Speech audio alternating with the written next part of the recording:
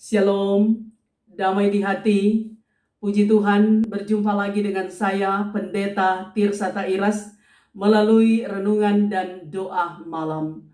Saya berharap dan berdoa dimanapun Bapak Ibu Saudara-saudara berada, kiranya tetap mengalami kasih dan kebaikan Tuhan, sehingga ada dalam keadaan sehat, kuat, tetap semangat, dan bersukacita bahkan bersyukur kepada Tuhan. Sebelum kita membaca kebenaran firman Tuhan, mari kita berdoa. Ya Tuhan Allah, Engkau kekuatan kami. Engkau Allah kami yang hidup, yang terus menyertai kami. Kami yakin kami boleh ada saat ini itu karena kemurahan, karena kasih sayang, dan karena berkat Tuhan. Kami selalu yakin bahwa Tuhan Engkau Immanuel beserta dengan kami.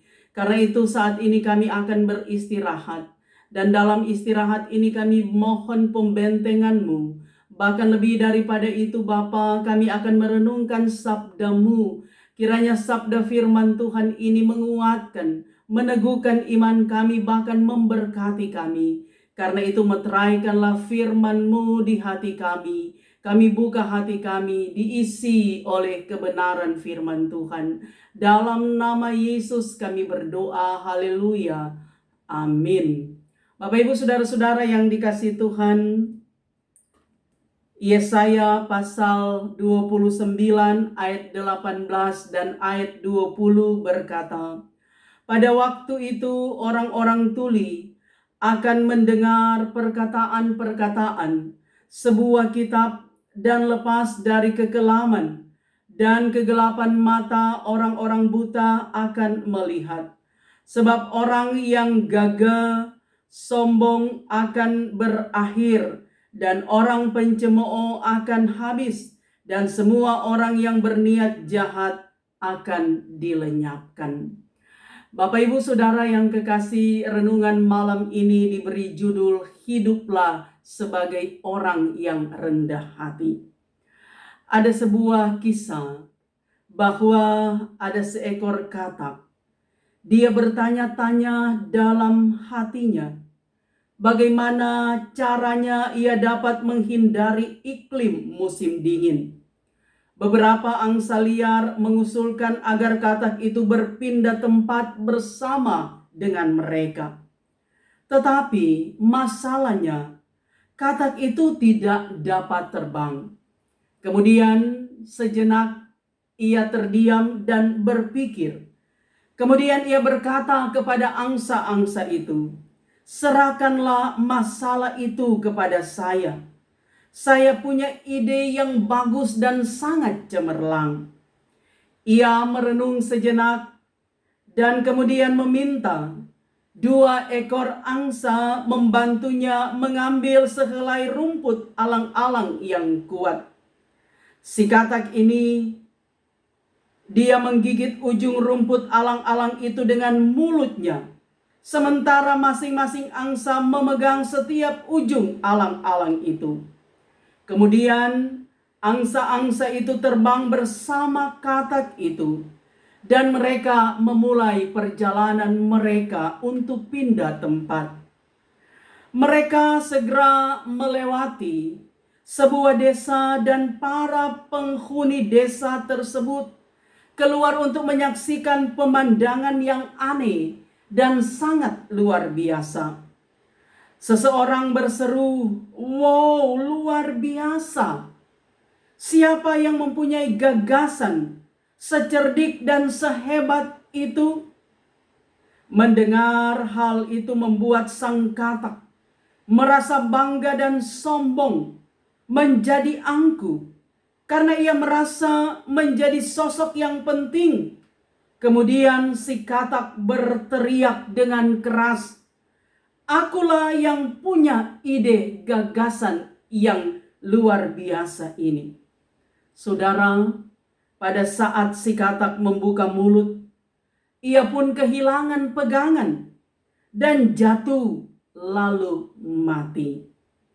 Saudaraku, kisah ini tentunya hanya sebuah ilustrasi bahwa ketika seseorang menjadi angkuh, ketika seseorang menjadi sombong, maka itu awal dari kejatuhan. Seperti seekor katak, dia merasa bahwa dia punya ide yang cemerlang, dia punya ide yang sangat bagus, dia bisa terbang, dan orang mengagumi ide yang cemerlang itu. Tapi dia lupa bahwa ketika dia menjadi angkuh, dia berteriak dan saat itulah dia jatuh, kemudian dia mati. Maka itulah saudara, seringkali menjadi bagian dalam kehidupan manusia. Manusia seringkali menjadi angkuh, menjadi sombong, menjadi lupa diri, bahkan lupa daratan. Dan di sanalah dia mengalami kesia-siaan, bahkan mati. Karena itu saudaraku, hati-hati dengan dosa kecongkakan. Hati-hati dengan dosa kesombongan. Karena itu akan membawa pada kejatuhan. Firman Allah berkata, karena Allah berfirman dengan satu dua cara, tetapi orang tidak memperhatikannya. Dalam mimpi, dalam penglihatan waktu malam, bila orang nyenyak tidur, bila berbaring di atas tempat tidur, maka ia membuka telinga manusia dan mengejutkan mereka dengan teguran-teguran untuk menghalangi manusia daripada perbuatannya dan melenyapkan kesombongan orang, untuk menahan nyawanya daripada liang kubur dan hidupnya daripada maut. Ayub 33 ayat 14 sampai 18. Saudara, Tuhan yang penuh kasih selalu mengingatkan setiap orang untuk hidup dalam kebenaran, dalam kerendahan hati, agar jangan menjadi sombong atau menjadi angkuh. Karena kesombongan, kecongkakan, dan keangkuhan mendahului kehancuran, dan tinggi hati mendahului kejahatan. Tuhan itu tinggi, namun ia melihat orang yang hina dan mengenal orang yang sombong dari jauh. Mazmur 138 ayat 6. Tuhan akan merendahkan orang-orang yang sombong, dan Tuhan akan meninggikan orang-orang yang rendah hati. Tetapi orang-orang yang rendah hati akan mewarisi negeri dan bergembira karena kesejahteraan yang berlimpah-limpah. Mazmur 37 ayat 11. Tuhan mengasihi dan memberkati orang-orang yang rendah hati. Karena itu Amsal 6 ayat 16 sampai 19 dikatakan, 6 perkara ini yang dibenci Tuhan, bahkan 7 perkara yang menjadi kekejian bagi hatinya: mata sombong, lidah dusta, tangan yang menumpahkan darah orang yang tidak bersalah, hati yang membuat rencana-rencana yang jahat, kaki yang segera lari menuju kejahatan, seorang saksi dusta yang menyembur-nyemburkan kebohongan, dan yang menimbulkan pertengkaran saudara. Karena itu, hiduplah sebagai orang-orang yang rendah hati. Tuhan memberkati. Mari kita berdoa. Terpujilah Engkau, ya Tuhan Allah, atas kebenaran firman-Mu yang menguatkan dan mengokohkan iman kami, mengajarkan kami untuk hidup dalam kerendahan hati, bukan kecongkakan, bukan keangkuhan, bukan kesombongan. Biarlah kiranya firman ini Engkau paterikan di hati kami, agar terus menginspirasi kami untuk melakukan hal-hal yang benar dan hal-hal yang mulia. Kami yakin itu Bapa. Karena itu jaga kami di malam ini, sertai lindungi berkati kami. Biarlah kami boleh tidur lelap nyenyak, ada ketenangan, kedamaian, dan ada hari esok yang Tuhan sediakan bagi kami. Ada berkat baru juga yang Tuhan siapkan bagi kami untuk esok hari. Kami yakin itu Bapa. Karena itu dimanapun saudara-saudara kami berada, biarlah kiranya penyertaan-Mu selalu ada dan nyata. Melindungi saudara-saudara kami yang lemah, yang sakit, yang tidak berdaya, yang sementara bergumul, bahkan yang bekerja di malam hari ini.